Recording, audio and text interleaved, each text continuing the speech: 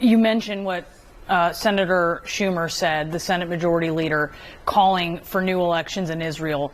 Would that make a difference to you? Do you think it would make a difference who leads Israel in the type of war that would be prosecuted? And how much of a difference does that make to you that he specifically is calling for that? We have been sounding the alarm about Benjamin Netanyahu for over 2 decades, knowing that he is a fascist and a war tyrant and a war criminal. And he has been one of the individuals who gloats about being able to stall peace and prevent the establishment of a Palestinian state. So, just to be clear, man, the people who view Hamas as freedom fighters and refuse to believe that they use sexual violence as a weapon of terror while they were all hopped up on performance-enhancing drugs think that Netanyahu was a tyrant and a fascist and a criminal, a war criminal. It's amazing. I mean, sometimes you listen to people talk and you wonder if they really just cannot hear the words that they're saying.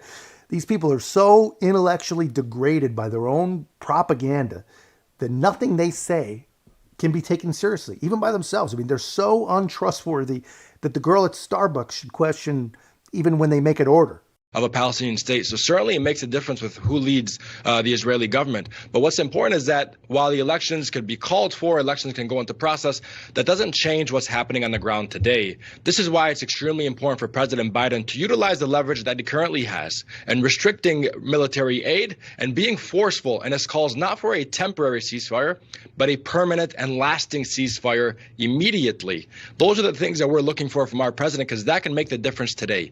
Each morning we wake up and what we find is a kill count. How many innocent men, women, and children had been killed by the Israeli government, by the IDF, utilizing American manufactured weapons. And we need to halt that immediately. And of course, we're watching starvation as well happen. And there's a lot of groups who are sounding the alarm about what should be coming here in the coming weeks. We've just started to see this, and it's expected to balloon if the aid doesn't increase dramatically. One thing that this guy doesn't believe is that there are any Palestinians that aren't innocent. And I'm sure that he believes that everything that they've ever done is justified and everything that has happened or will happen is just a response to Israeli fascism or war crimes or whatever it is that they believe.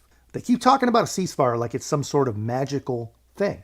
But what do they think October 6th was? I mean, that was a ceasefire, and you can't even put a number on which ceasefire that was because they've had so many. But why do these people keep talking about a ceasefire? If they really do believe that there are mostly innocent people in Gaza, and they really do believe that a two-state solution is possible, and they also believe that ceasefires are magical, how is it possible that not one of these anti-Israel Democrats has ever opined on how to actually get rid of Hamas? Because, man, it's as simple as that. It really is that simple. If Hamas is gone, everybody lives happily ever after. But they don't frame it like this. They frame it as if, it's Israel versus Palestine. But it's not. It's not.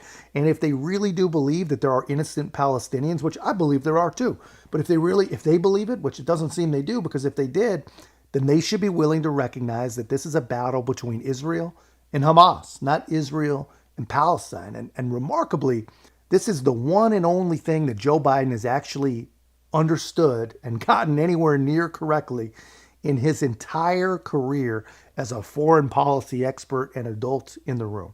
And it's amazing. It's his Mitch McConnell moment. Mitch was completely and totally worthless for many, many, many decades, but he single-handedly kept Merrick Garland from a lifetime appointment to the Supreme Court. That's a bona fide world-saving hero move, for sure. This is Joe Biden's. And the even more remarkable thing, I think, is the Democrat base is so extreme and so screwy, man, so insane, that this one right thing Joey has ever done is going to be the thing that costs him his presidency. And that's about as poetic as it gets. I mean, we hear it from these leftists. The only thing that they will accept is a cutting off of military aid to Israel. And that's just not going to happen. That won't happen in a million years. And I'm not sure that he even has that power, but he won't do it. I know he at least won't do that. But anyway, interesting stuff, guys. Let me know your thoughts in the comments. If you haven't already, be a part of our growth, man. Make sure to like, comment, subscribe. Most importantly, share the channel. I'll see you in the next one.